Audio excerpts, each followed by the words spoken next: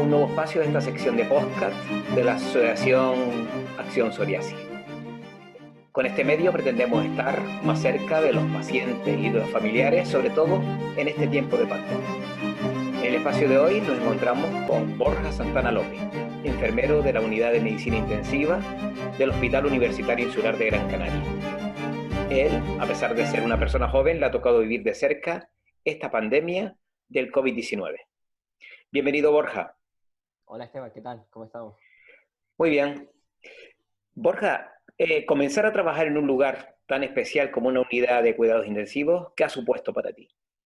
Bueno, pues te digo, a nivel personal y profesional, pues muy enriquecedor, porque al final los cuidados intensivos, pues es eso, proporcionarles a una persona que al final que está muy grave, pues proporcionarle unos cuidados muy especiales, muy específicos.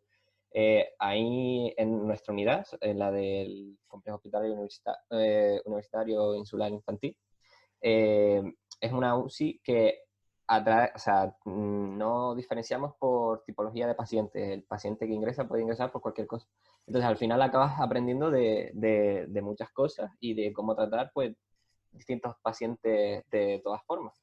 Por ejemplo, un paciente oncológico, los pacientes que tienes que tener, los pacientes de trauma tras un accidente y así. Entonces, a nivel personal, eso. Aunque al principio fue bastante chocante, porque un enfermero, bueno, yo cuando tuve la suerte de salir de la carrera y bueno, pues meterme ahí en las unidades de cuidados intensivos y he seguido trabajando y tal.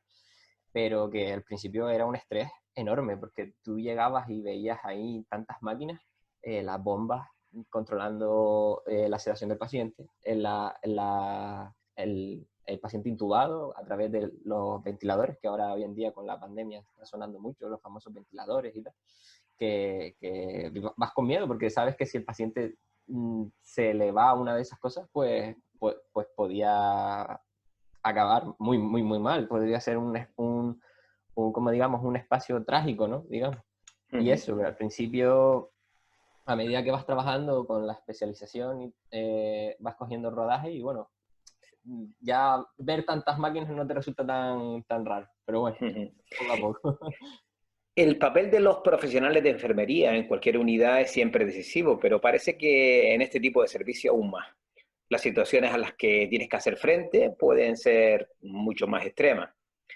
Me gustaría que nos comentaras brevemente cómo te han marcado tus inicios y la permanencia en este tipo de unidades durante este tiempo. Bueno, pues lo dicho, que al principio es eso, que es muy estresante, pero luego a medida que vas cogiendo ese rodaje, ese bagaje, pues vas prediciendo lo que puede ir pasando. Yo te digo, así, a nivel personal, en mi experiencia, he trabajado tanto en servicios de adultos como en servicios pediátricos.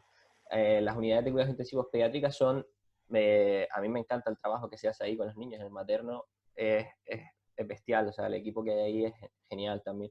Y, y, pero también, al ser una unidad de cuidados intensivos pediátricos, lo que es más psicológico, te lo llevas más a casa y trabajo con los padres mmm, y tal.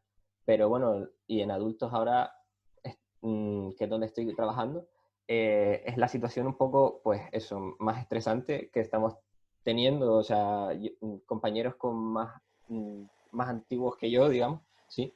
Dicen que nunca se habían enfrentado profesionalmente a una situación así, y entonces está todo el mundo como súper eh, no atemorizado, no es la palabra, no hay un miedo, no es, por parte del personal no hay miedo a infectarse, es más bien de llevarte el virus a casa, porque si Claro. convivimos con personas mayores o Mm, con hijos y tal, ese claro. es el... Borja, hace unos meses presentaste en el Congreso Internacional Anual de la ESIPS, o que es lo mismo Sociedad Europea de Medicina Intensiva, más o menos, así Uh -huh. en español, que se celebró en Berlín.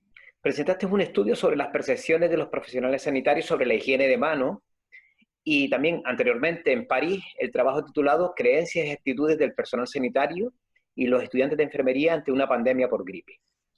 Cierto, cierto. ¿Qué, Eh, perdón, termina. sí, ¿en qué se parece ese escenario de ese estudio que tú hiciste y que presentaste en esos dos congresos, en Berlín y en París? y a este escenario en el que estamos viviendo en la actualidad? Vale, te comento. O sea, el estudio el que presenté en París era el de las creencias y actitudes de los enfermeros, o sea, de los profesionales sanitarios, perdón, y los estudiantes de enfermería ante una hipotética pandemia por gripe. Que bueno, que fue, ese estudio ha sido como muy, ahora mismo, ha sido como, ¿cómo decirte? Como no prever, porque al final los datos ha cambiado todo. O sea, ahí estudiamos que habría un absentismo bestial, pero se ha dado totalmente lo contrario. Aquí incluso estamos trabajando, se les preguntaba en el estudio que si trabajarían, si hubiera riesgo de infectar a sus familiares y tal, y mucha gente decía que no iban a trabajar. Pero aquí se ha visto lo contrario, aquí y en muchos sitios de España, que por ejemplo están trabajando sin medios, que es una vergüenza, es una cosa que me llama mucho la atención, que están trabajando con medios rudimentarios, que no cumplen las medidas de seguridad, que no es lo mismo trabajar con una mascarilla FFP2 que con una mascarilla que me ha hecho mi primo Pepe, el del pueblo, con la máquina de coser. Bueno, eso es un ejemplo. Pero Ujú. que con el estudio quiero decir que es que hay un compromiso bestial por parte de los sanitarios, en plan, que están ahí al pie del cañón y es como ese militar que va a la guerra y va con, en vez de con una metralleta, digamos, vas con un palo, ¿sabes? Y aquí lo mismo. Y están muchos enfrentándose en muchos lugares de España a este virus y sin medios. Pero que ahí están, que hay un compromiso bestial. ¿Imaginaste alguna vez cuando hiciste ese estudio, imaginaste que esa situación se podía dar en la realidad?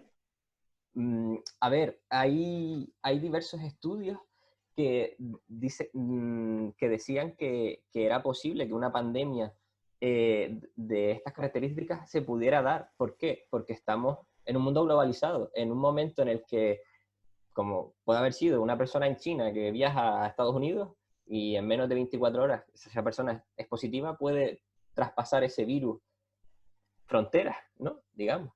Ujú. Y claro, el problema, o sea, este estudio lo leí a posteriori, el que te voy a comentar a continuación, pero yo nunca en ningún momento me planteé que podría darse, o que por lo menos yo lo iba a vivir, Ya. y en mis propias carnes. Es un estudio que decía que la alimentación que había la alimentación que hay en países asiáticos que comen de todo y la capacidad de mutar de estos virus, de pasarse de una especie a otra y que llegue al humano por eso, que hace la zoonosis, pasa del animal a la persona y de la persona pues a otras. Mm. Habían antes casos aislados, pero con esto, con la globalización y tal, pues evoluciona y que llega a más puntos del mundo. Ujú. Comenzamos esta semana otra fase del desconfinamiento en España. En esta ocasión las personas ya pueden salir a hacer deporte y a dar paseos, los adultos, y los niños pues ya llevan una semana saliendo unas horas también. ¿Qué medidas deben tener en cuenta para evitar contagiarse? Bueno, pues primero lo más importante es la higiene de manos, porque las manos es donde ponemos todo, y si nos lo llevamos a la cara, pues peor, porque el virus donde tiene el reservorio y donde se queda es en la garganta, en la faringe. Entonces, lo más importante es eso, lavarse bien las manos con agua y jabón o con su solución hidroalcohólica. El ministerio hoy ha dicho que hay que ponerse mascarilla para ir en transporte público. Pero bueno, por otro lado, contrapone lo que dice la Organización Mundial de la Salud, que la Organización Mundial de la Salud se limita a decir que si eres una persona sana no tienes por qué llevar mascarilla. La mascarilla se recomienda usarla si vas a estar en contacto con personas positivas o si tienes tú síntomas para evitar pasarla. Vale, entonces es que hay que hacer caso a lo que diga el gobierno, pero las eminencias sanitarias dicen otras cosas. Pero bueno. Ya. Eh, Muchas personas de las que nos están escuchando son pacientes de psoriasis o familiares de pacientes de esta enfermedad. Nos recomiendan, como tú dices, usar mascarillas y guantes y lavarnos las manos muchas veces. ¿En qué medida puede afectar esto al paciente con psoriasis? Bueno, las medidas de seguridad, dice. Sí, Bueno, no, y la higiene de manos, la higiene de manos, el usar mascarillas, usar y pues guantes. hay que seguir tratándose como hasta lo que les ha dicho pues el dermatólogo que les atienda. Siempre hay que hacerle caso al profesional. En caso de estar tomando inmunosupresores, la Academia Española de Dermatología y Venerología sacó un comunicado diciendo que para tranquilizar a los pacientes con psoriasis, pero que aquellos que estén tomando tratamientos inmunosupresores o biológicos, que hablasen con su dermatólogo al que le está atendiendo, en caso de que empiecen, si tengan sintomatología, por si habría que suspenderlo, pero siempre que hay que consensuarlo, no hay que tomar medidas unilaterales por uno mismo. Claro. Y con respecto a lo de la higiene de manos, pues si tenemos placas en las manos y tal, hay que seguir cuidándolas, hay que ponerse crema y mantener la piel hidratada sobre todo. Y que estas situaciones de estrés que estamos viviendo, si hay un rebrote, es normal, por lo que ha comunicado esta agencia, esta academia, perdón. Entonces, que si pasa, pues que saber que es normal, estar encerrados en casa, estar con este estrés ¿verdad? Es normal. Ujú. ¿Qué otras recomendaciones notarías a los pacientes de psoriasis en este tiempo de pandemia, sobre todo en los días que estamos comenzando a salir a la calle?